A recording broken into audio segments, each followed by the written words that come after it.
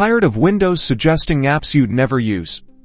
Let's take control and customize those app recommendations in Windows 11. First, click on the Start button, typically located at the bottom center of your screen. This opens the Start menu, your gateway to all things Windows. Now, look for the Settings icon. It's shaped like a gear and usually found pinned on the right side of the Start menu, or in the app list. If it's not pinned, click on it to open the Windows settings. In the Settings window, you'll see a list of categories. On the left-hand side, click on the System option. This will take you to the core system settings. Within the System settings, scroll down until you find Notifications and click on it. This is where you manage all your system notifications. Scroll all the way down on the Notifications page until you see Additional Settings and expand this section by clicking on it. Now, look for the option that says Suggest Ways I Can Get the Most Out of Windows and Get Occasional Suggestions. Is the setting that controls those app recommendations. Simply toggle this switch to the off position to disable app recommendations.